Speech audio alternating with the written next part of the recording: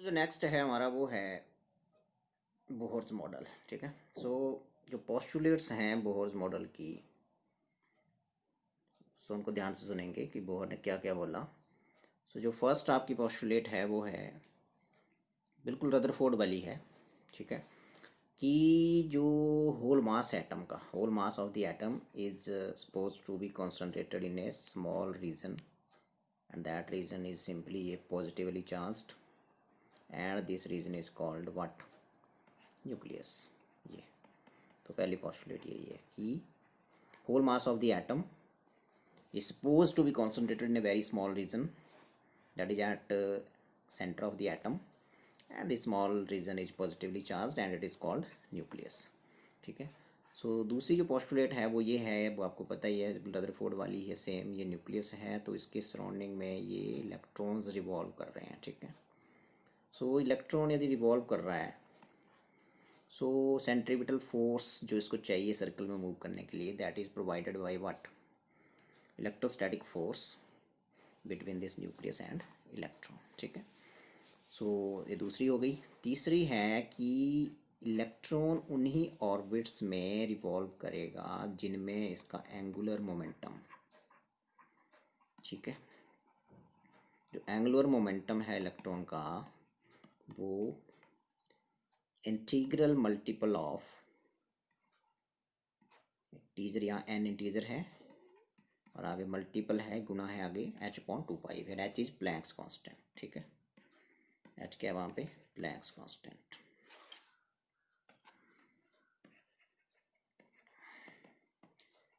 And जो आपकी next है, और n जो है ये प्रिंसिपल क्वांटम नंबर है, ऑर्बिट नंबर आप बोल सकते हैं, 3 4 5 इसकी वैल्यूज एंड सो ऑन। ठीक है। सो एंगुलर मोमेंटम जो बेसिकली होता है वो आपको पता है, यदि इलेक्ट्रॉन का मास m है, वेलोसिटी v से वो सर्कुलर पाथ में रिवॉल्व कर रहा है, रेडियस पाथ का r है, तो एंगुलर मोमेंटम होता है mvr। so that is n h/2π, h is Planck's constant and n is basically a principal quantum number। okay, so this was the third postulate। okay, and fourth one is, जैसे Rutherford ने बोला था कि electron can revolve around the nucleus in all orbits, in orbits of having, ठीक है, electron जो है वो न्यूक्लियस के around in all possible orbits में घूम सकता है, मतलब कुछ भी हो सकती है रेडियस। लेकिन जो बोहर ने बोला वो ये बोला कि only some particular orbits are possible in which electron can revolve and these orbits are called stationary orbits। okay, ये stationary orbits। एक बार फिर, according to Rutherford, electron revolve कर सकता है इन ऑल ऑर्बिट्स हैविंग, कुछ भी रेडियाई हो सकती है। ठीक है, लेकिन ऐसा नहीं होता है, electron can not revolve in orbits having all possible radii, only some orbits are possible in which electron can revolve। okay, only some particular orbits are possible in which electron can revolve and those and such orbits are called stationary orbits। okay, in stationary orbit electron will not radiate energy, electron energy radiate नहीं करेगा, will not radiate energy। okay, last postulate is number 5। Electron energy radiate कब करेगा, जब ये higher energy level से low energy level में jump करेगा। So energy is radiated when it jumps between orbits. So energy is radiated when electron jumps from higher energy level to low energy level, मतलब higher orbit से किसी lower orbit जब jump करेगा तो हर orbit में उसकी अपनी एनर्जी होती है, अलग अलग ऑर्बिट में। एंड ऑर्बिट बोला या एनर्जी लेवल बोला या एनर्जी स्टेट बोला, एक ही बात है। ठीक है। सो हर एनर्जी स्टेट जो है, हर ऑर्बिट में जो एनर्जी होती है वो डिफरेंट डिफरेंट होती है। सो जब इलेक्ट्रॉन एक हायर ऑर्बिट से लोअर ऑर्बिट में जंप करेगा तो energy will be radiated in the form of EM radiation, ठीक है, electromagnetic radiation. Okay, so energy will be radiated, or you can say it will emit a photon having energy, uniform energy of photon is h nu, nu is frequency। okay, so these were the postulates। एक बार फिर मेरे मोटा मोटा इसको बता देता हूँ। सो ये 5 postulates हैं। पहली तो सिंपली है कि whole mass of the atom and positive charge is suppose to be concentrated in a small region at the center of the atom, and that region is called nucleus। electrons revolve around the nucleus। centripetal force for their motion is provided by Coulomb's force between nucleus and electrons। okay, an electron will revolve in only those orbits in which angular momentum of electron is integral multiple of h upon 2 pi, where h is Planck's constant and n is principal quantum number। जैसे पहले orbit में चल रहा है तो n की value क्या हो जाएगी 1, दूसरे में 2, तीसरे में 3, चौथे में 4 एंड सो ऑन। ठीक है, electron cannot move in orbits of all possible radii। only some particular orbits are possible in which electron can revolve। such orbits are called stationary orbits। okay, in stationary orbit electron will not radiate energy। okay, अगला question आता है कि कब radiate करेगा energy, when will jump from high energy state to lower energy state, and that difference in energy जो होगा दो states के बीच, that will be emitted in the form of electromagnetic radiation. Okay, so जो next है आपका वो है कि यदि आपने कर लिया सो अब हम बोहर्स मॉडल में क्वेश्चन बनाएंगे और आपको बताएंगे कि ठीक है, बोहर मॉडल हाइड्रोजन एटम के लिए अप्लाई करेंगे जिसमें एक इलेक्ट्रॉन है। सो उसमें हम निकालेंगे रेडियस निकालेंगे। ठीक है, so derive expression for radius, nth orbit में रेडियस निकालेंगे, वेलोसिटी निकालेंगे nth ऑर्बिट में। ठीक है, और फिर ऑर्बिटल पीरियड निकालेंगे, टाइम पीरियड nth ऑर्बिट में आएगा ये भी। ठीक है, और फिर फ्रीक्वेंसी निकालेंगे nth ऑर्बिट में, फिर काइनेटिक एनर्जी निकालेंगे। ठीक है, ठीक है, काइनेटिक एनर्जी आ गई, उसके बाद पोटेंशियल एनर्जी निकालेंगे और फिर टोटल एनर्जी निकालेंगे। तो ये टारगेट रहेगा। So expression for radius in nth orbit, velocity of electron in nth orbit, orbital period, frequency, kinetic energy, potential energy and then total energy of electron, जो एक electron hydrogen atom के case में। ठीक है, मतलब इसको Bohr's model में आपने एक्सप्रेशन ड्राइव करने हैं। ठीक है जी। सो जैसे हम शुरू करते हैं तो एक्सप्रेशन फॉर रेडियस निकालेंगे, तो उसमें देखो सिंपल है कि जैसे आपके पास ये है,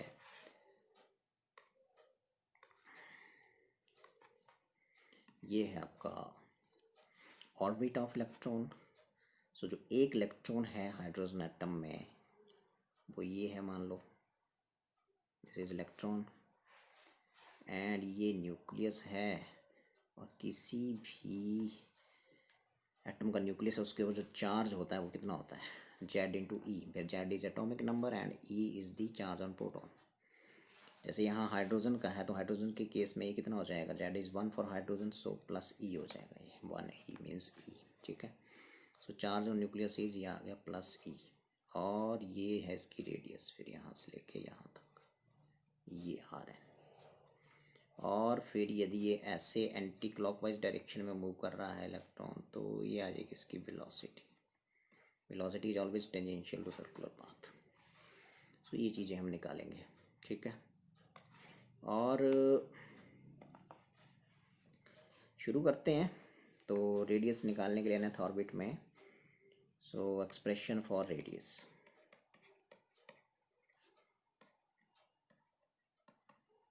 radius of what, radius of orbit, orbit किसका, ऑफ इलेक्ट्रॉन। ठीक है, सो इसमें सिंपल आपको दिख रहा है कि जो इलेक्ट्रॉन, एक इलेक्ट्रॉन है हाइड्रोजन एटम में, ठीक है, उसमें आपको पता ही है कि जो उसका मास है, लेट उसको m बोल देते हैं, ठीक है, मास ऑफ इलेक्ट्रॉन, ठीक है जी। और फिर उसकी जो वेलोसिटी है उसको vn बोल देते हैं, वेलोसिटी ऑफ इलेक्ट्रॉन, ठीक है जी। सो रेडियस nth ऑर्बिट में rn बोल देते हैं, radius of orbit, nth orbit, okay. So you know that it is moving in a circular path, and source of centripetal force in this case is Coulomb's force between this nucleus and electron, ठीक है।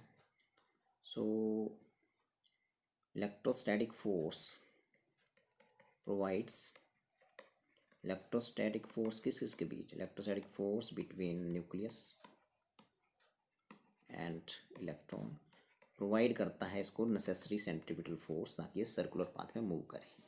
Provides necessary centripetal force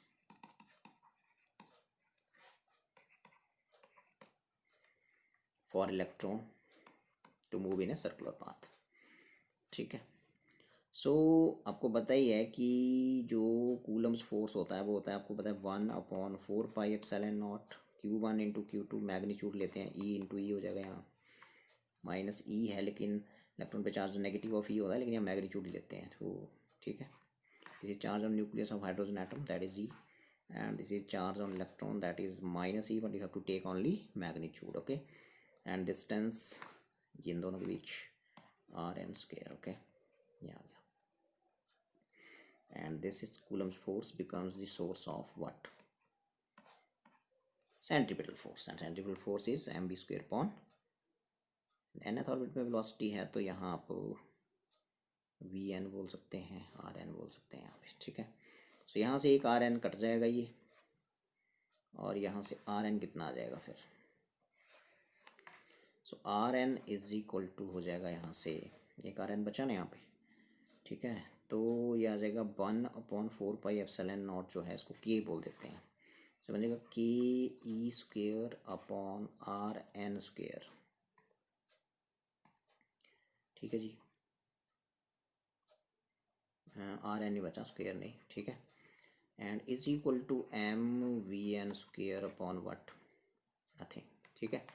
so ये है, तो यहाँ से आप rn निकाल सकते हो आराम से, तो rn हो जाएगा, यहाँ से ये चीज़ नीचे आ जाएगी, तो बन जाएगा k e square upon m vn square, तो ये बना आपका रेडियस इन nth ऑर्बिट, ठीक है जी। k e square upon rn cancel हो गया, mv स्क्वेयर अपॉन r, तो mv स्क्वेयर अपॉन r एक कैंसिल हो चुका है, तो यहाँ से rn जो है ये एक्सचेंज हो जाएंगे, ये इधर आ जाएंगे, इधर आ, तो rn is equal to k square upon m v n square, this is equation number 1, okay. So ये जो आपकी कंडीशन थी इसको बोलते हैं बोहर्स क्वांटाइजेशन कंडीशन, जो पोस्टुलेट नंबर मैंने 3 बताया था, according to Bohr's quantization condition. Bohr's quantization condition ये है कि जो एंगुलर मोमेंटम होगा M V R, that is equal to N H upon 2 pi, H is Planck's constant and N is principal quantum number, इसकी values ये होती हैं, ठीक है जी। सो यहाँ से यदि एन एथ ऑर्बिट का रेडियस है, वेलोसिटी भी एन एथ में, तो एन एन लगा देते हैं इसके फुट में, तो यहाँ से आप वी एन निकालिए और इस वी एन की वैल्यू यहाँ पुट करिए, तो वी एन कितना हो जाएगा, यहाँ से V N is equal to N H upon 2 pi, ये आ गया, और N H upon 2 pi M R N, this is equation number 2 using 2 in 1, यहाँ वैल्यू पुट करिए, ठीक है। So K E square upon M V N का square है ना ये, तो यहाँ पुट करेंगे वैल्यू, ओके। सो यदि मैं वैल्यू पुट करूँ यहाँ पे, सो ये आ जाएगा मेरे पास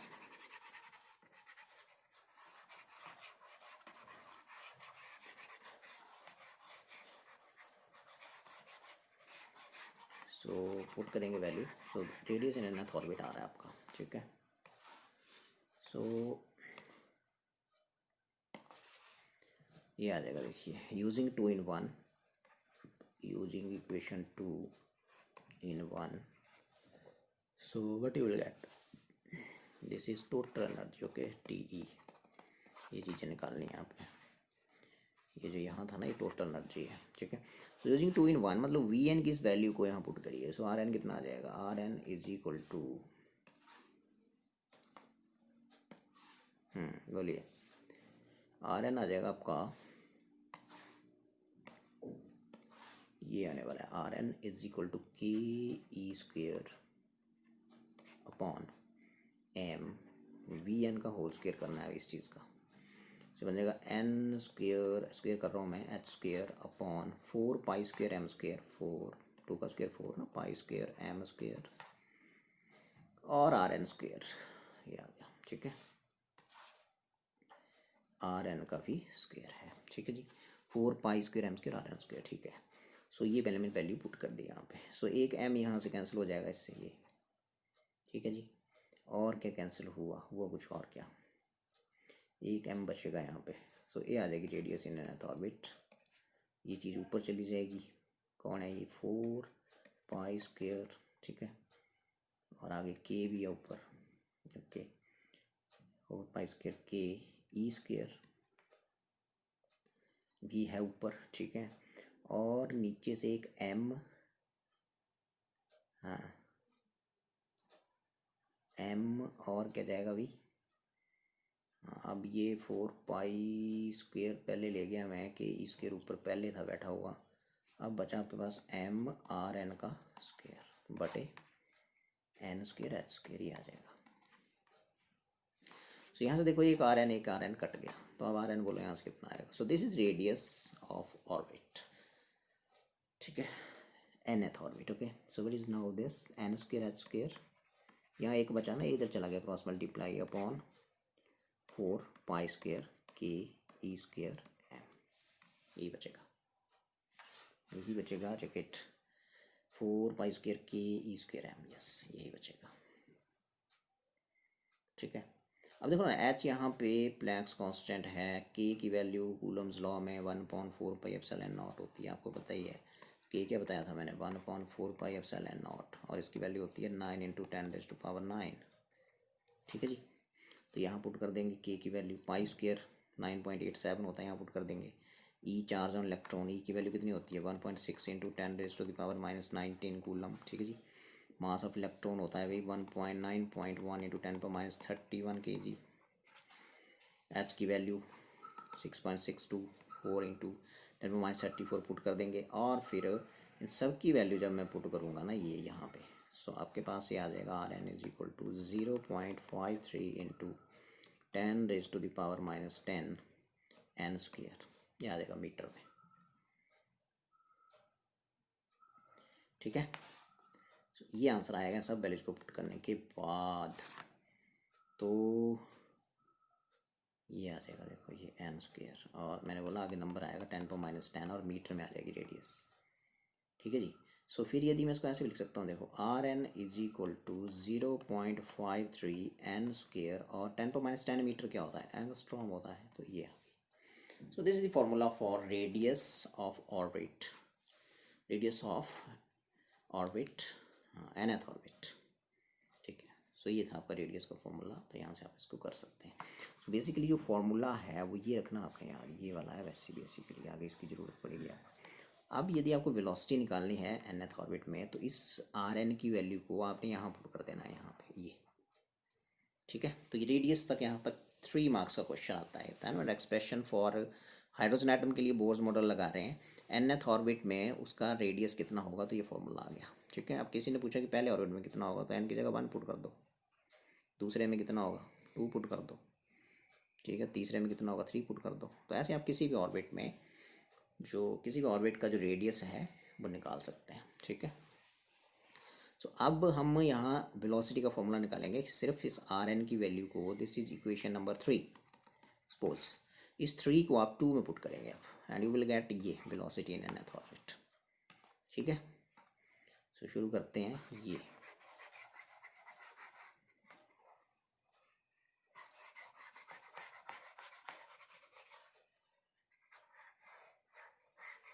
ये आ गया। सो ये नहीं आपने भूलना है, ये नीचे वाला भी है ना। सो यदि मैं अब इसकी वैल्यू यहाँ पुट करता हूँ तो ये देखिए अब कितना आएगा ये। तो अब मैं फॉर्मूला लगा निकाल लें, velocity of electron in nth orbit. ठीक है जी, nth ऑर्बिट वेलोसिटी मतलब vn का फॉर्मूला।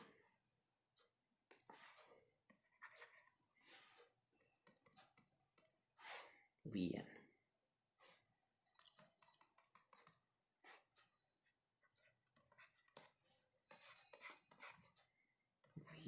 ये लगा निकालना। तो मैंने बोला using this 3 × 2, using equation 3 × 2, so what you will get,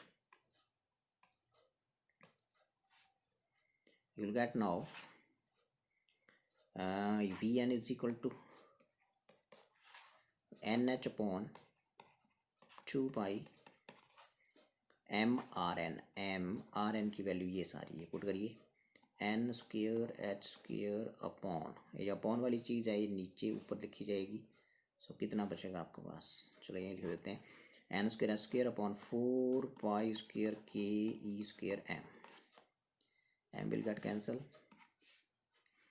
पाई भी एक कैंसिल हो जाएगा, ये 2 से ये वाला 4 कैंसिल हो जाएगा 2, बाकी जो बचा इस n से एक ये n भी कैंसिल हो जाएगा। तो आपके पास क्या बचा, n square h square 4 pi square k e square m।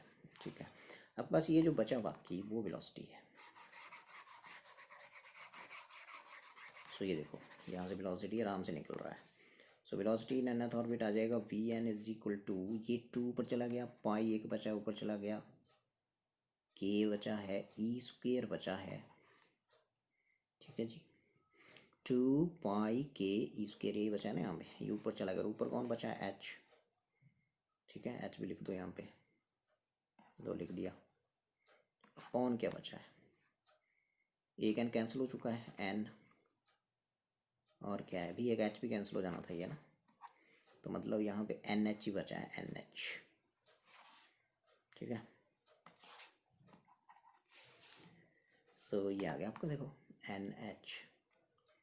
NH because एक NH यहाँ है, एक कैंसिल हो गया तो NH ही बचेगा। ठीक है, ये ऊपर जाएगा 2 पाई k e स्क्वेयर, 2 पाई k e स्क्वेयर। ठीक है, अपॉन NH। सो ये होती है अभी वेलोसिटी nth ऑर्बिट में। तो ये फॉर्मूला है वेलोसिटी का। ठीक है, सो यदि मैं इसको c से मल्टीप्लाई करूँ, c से डिवाइड करूँ, तो c वेलोसिटी ऑफ लाइट है, तो मेरे पास ये c से लो मल्टीप्लाई कर दिया। ठीक है, ये लो c से डिवाइड भी कर दिया, और आगे क्या है NH। ठीक है, सो आपके पास, चलो h को पहले लिख दो, n को बाद में लिख देते हैं। ठीक है जी, ये क्वेश्चन क्या, मैंने c से मल्टीप्लाई किया और c से डिवाइड किया, वेयर c जो है वो वेलोसिटी ऑफ लाइट है। तो ये आपका एक और फॉर्मूला यहाँ से वेलोसिटी का जो याद रखना है आपने, वो आ जाएगा यहाँ से आराम से। ठीक है जी, सो ये देखो यहाँ से ये सारे कांस्टेंट्स हैं, c की वैल्यू 3 × 10⁻⁴ क्या होती है 8। ठीक है, सो ये देखिए आ रहा है यहाँ से आराम से आ रहा है, 2 पाई k e स्क्वेयर अपॉन क्या था, ये आ गया इधर n, ये। ठीक है जी, सो c से मल्टीप्लाई किया, c से डिवाइड किया। अभी जो अंदर सारा कांस्टेंट दिख रहा है आपको, it is called fine structure constant, उसको बोलते हैं अल्फ़ा। ठीक है, तो ये जो वैल्यू आ जाएगी देखो Vn इज इक्वल टू 1/137 होती है इसकी वैल्यू। ये सारा कांस्टेंट, इसको यदि आप वैल्यूज पुट करके सॉल्व करेंगे, विल गेट 1/137 एंड c/n। ठीक है, सो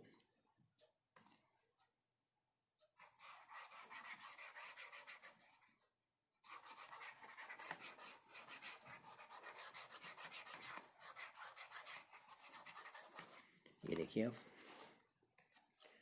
सो ये आपका velocity in nth orbit, this is basically alpha c upon n, where alpha is 1/137 is called fine structure constant, fine structure constant याद रखेंगे। सो आपने एक चीज़ यहाँ देखी कि जो वेलोसिटी है बेसिकली वो वेरी करी इन्वर्सली टू एन, और रेडियस के केस में आपने देखा कि that is directly proportional to N square, समझे। सो यदि रेडियस और इसमें आप ग्राफ बनाएंगे, जैसे आर एन आपने इधर को ले लिया, एन इधर को ले लिया, तो ग्राफ कैसे आएगा, ग्राफ आएगा ऐसे, ठीक है। और यदि वेलोसिटी इन्वर्सली टू एन है तो वेलोसिटी और एन ऑर्बिट नंबर में कैसा ग्राफ आएगा, इधर को वी ले लिया आपने, इधर को आपने एन ले लिया, तो कोई चीज़ इन्वर्सली है तो उसका ग्राफ कैसे आता है, का ग्राफ आ जाएगा ऐसे ऐसे, ठीक है। तो ये सिंपल सी चीज़ें हैं, तो ये रखेंगे याद एक ये चीज़, और ये एक चीज़ की वेलोसिटी कैसे वेरी करती है ऑर्बिट नंबर के साथ इन्वर्सली भी याद रखेंगे।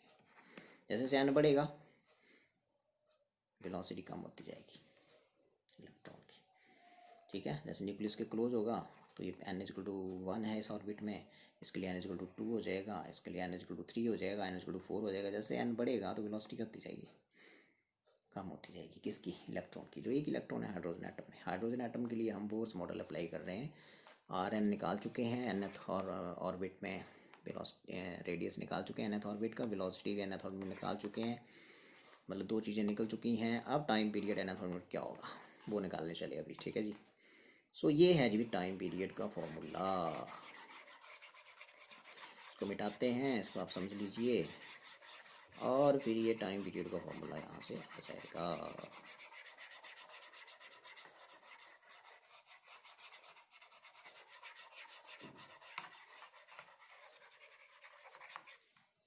ठीक है। सो यदि मैं यहाँ से आपके लिए वेलोसिटी का फॉर्मूला पूछूं तो आप बताएंगे कि वेलोसिटी का फॉर्मूला क्या होता है। अभी बताया था मैंने कि रेडियस जो होती है nth ऑर्बिट में, उसका जो फॉर्मूला है वो क्या था, n square h square over 4 pi square के ई स्क्वायर m, यही था, यही था, ठीक है। और यदि मैं आपसे पूछूं कि वेलोसिटी क्या थी nth ऑर्बिट में, तो वेलोसिटी का जो फॉर्मूला था वो था 2 pi K E square, 2 pi K E square upon, इधर मैंने क्या किया था, इधर 2 pi K E square upon N H, ये था। उसके बाद सी से मल्टीप्लाई किया था, डिवाइड किया था, लेकिन उससे पहले तक तो फॉर्मूला यही था, 2 pi K E square over N H. ये दो फॉर्मूले हम ड्राइव कर चुके हैं। अब हमारा अगला क्वेश्चन है कि ऑर्बिटल पीरियड क्या होगा। ऑर्बिटल पीरियड मतलब एक ऑर्बिट को कंप्लीट करने में लिया गया टाइम, ठीक है। सो आपको पता ही है कि टाइम सर्कुलर पाथ में circumference upon velocity 2 pi R N upon velocity उस ऑर्बिट में, nth ऑर्बिट में, वो हो जाएगा फिर nth ऑर्बिट में टाइम पीरियड, ठीक है। अब इन दोनों वैल्यूज़ के यहाँ पुट कर दीजिए, आर एन और वी एन की value, so will get this 2 pi, चलिए जी बोलिए आर एन की वैल्यू, ये बचेगा N square H square 4 pi square K E square M, ठीक है जी। वी एन की value 2 pi K E square upon क्या भी एन एच, अपॉन है एन एच, ठीक है। तो अपॉन एन एच है तो फिर इसको आप यहाँ लिख सकते हो, ठीक है। सो वैल्यूज पुट कर दी मैंने आर एन की भी और वी एन की भी। सो अब देखो ये आएगा फॉर्मूला।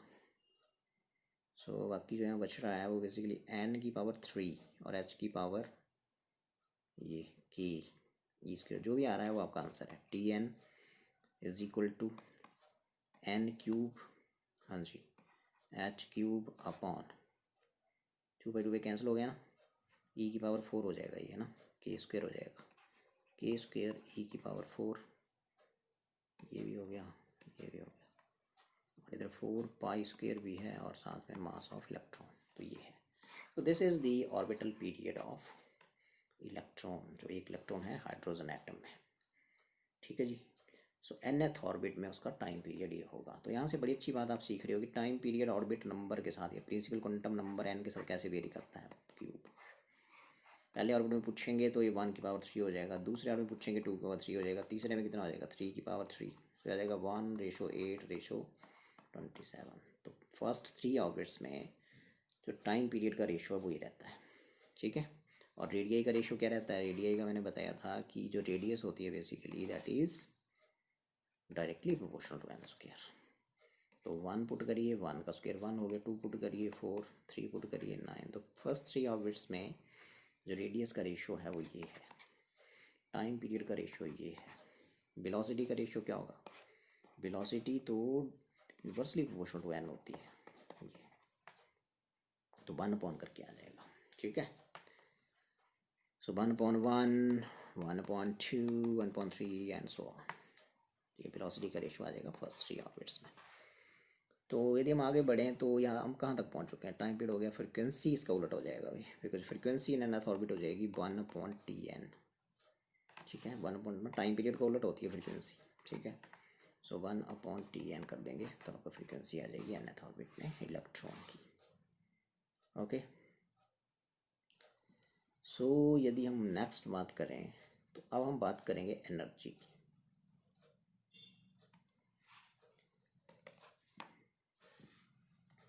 सो यदि आगे बढ़ें थोड़ा सा तो जो एनर्जी है उसमें पहले मैंने बताया था कि इलेक्ट्रॉन की वो काइनेटिक एनर्जी होगी, फिर पोटेंशियल एनर्जी निकालेंगे और दोनों को जब ऐड कर देंगे तो कौन सी एनर्जी आ जाएगी, total energy. Question is derive expression for kinetic energy, potential energy and total energy of electron in case of electron when you are applying Bohr's model to hydrogen atom, okay.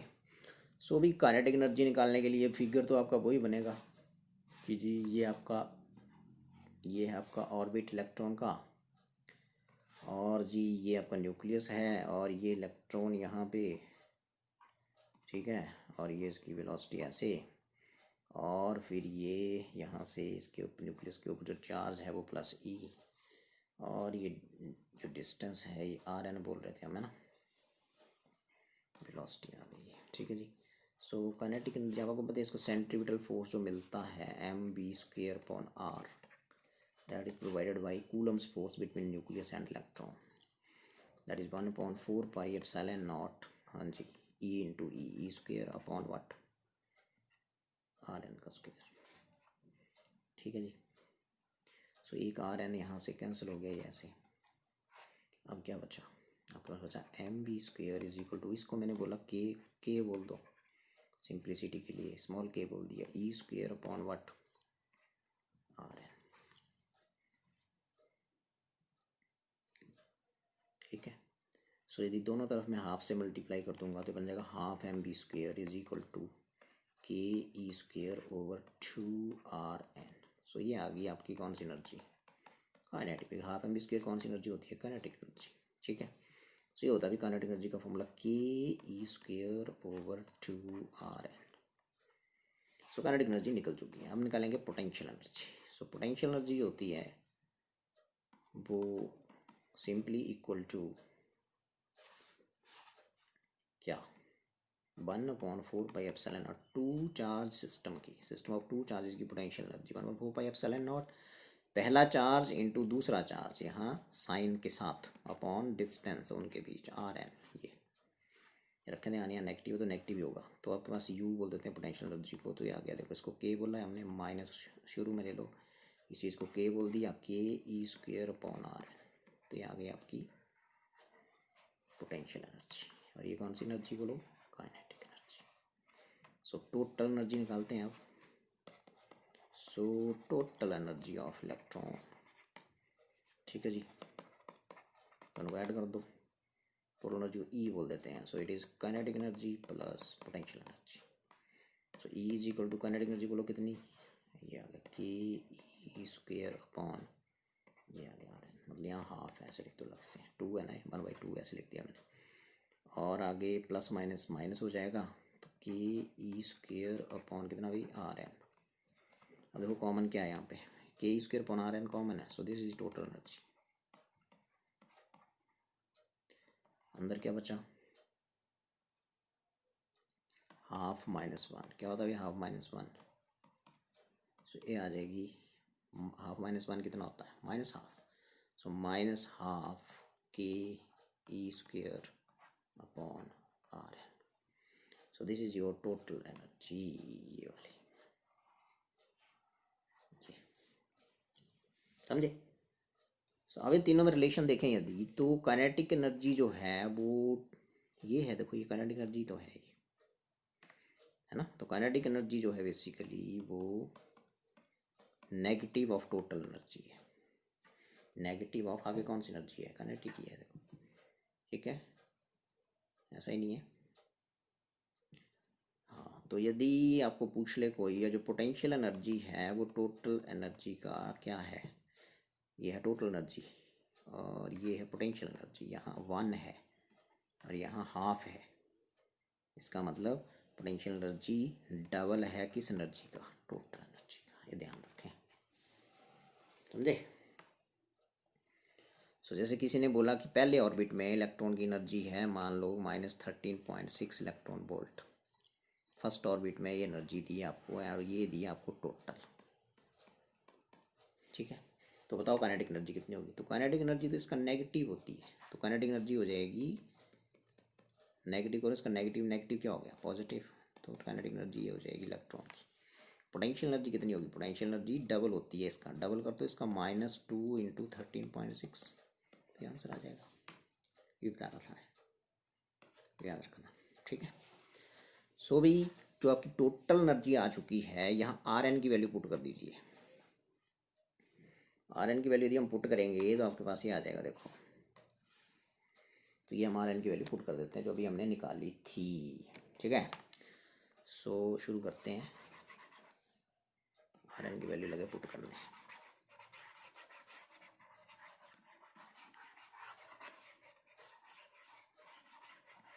सो यदि हम are N की value put करेंगे तो आपके पास total energy joule में आएगी, उसके बाद फिर आप उसको इलेक्ट्रॉन वोल्ट में निकालेंगे, ठीक है। So let us start, E is equal to यहाँ से आगे -12 के की वैल्यू पुट कर देते हैं 1/4 pi epsilon naught E square upon, so what was the value of R N, R N की वैल्यू थी हमारे पास एन स्क्वेयर एच स्क्वेयर, कितनी थी, आर स्क्वेयर एच स्क्वेयर, हाँ N square H square upon 4 pi square, N square H square upon 4 pi K, 4 pi square K M E square, 4 pi square K M E square, ये थी, ठीक है। अब आप देखो इसमें क्या आएगा सॉल्व करके, तो वही आ जाएगा, देखो आप कितना आ रहा है, ये आपका देखो जी, ये ऊपर चला जाएगा तो ये पाई से पाई कैंसिल, एक पाई बचेगा, 4 से 4 कैंसिल, और के क्या था आपका वहाँ पे, के भी आपका 1/4 पे एप्सिलॉन नॉट था, ठीक है। सो ऐसा करते हैं कि इसको फिलहाल हम के ही रखते हैं ताकि कोई दिक्कत ना हो, ये के लिख दो, और फिर इस के को के ही रखा है ना, हाँ तो अब कितना आ गया ये ऊपर चला जाएगा माइनस, हाँ ये नहीं कट रहा है ये ना,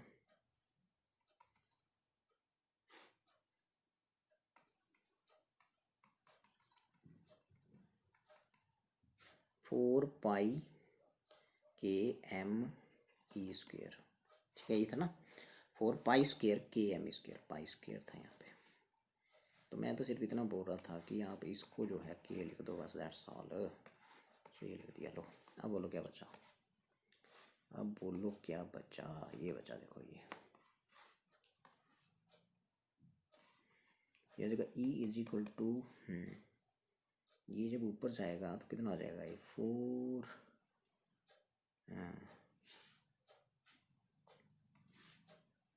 चलो ऐसे रहने दो, -12 K E square over N square H square into 4 pi square, ऊपर चलाना है के एम ई स्क्वेयर, ठीक है जी। अब देखो क्या बचा, यहाँ से ये तो बन गया E is equal to -12 half, 2 से कट जाएगा तो इधर 2 ही बचेगा।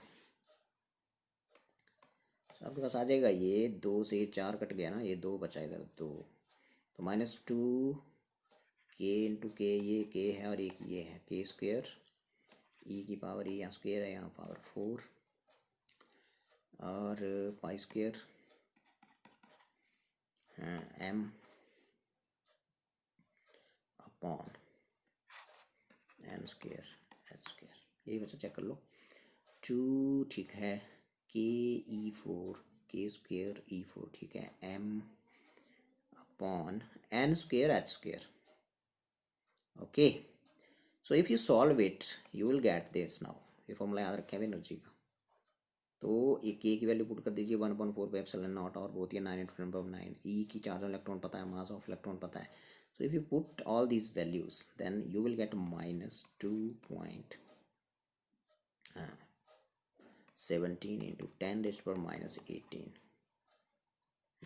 अपॉन एन स्क्वेयर, और यहाँ से आंसर जूल में, एनर्जी का जूल होता है ना।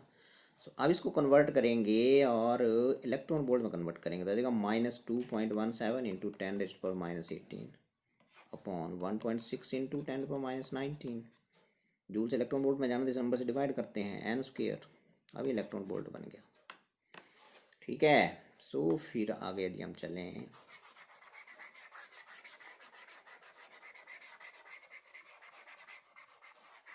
सो ये आ गया आपका, देखो सो ये आगे एनर्जी जो आ रही है nth ऑर्बिट में आ रही है, nth ऑर्बिट,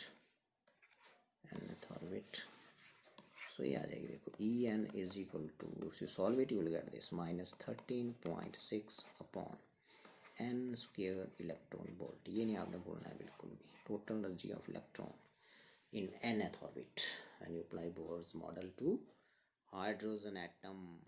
क्लियर?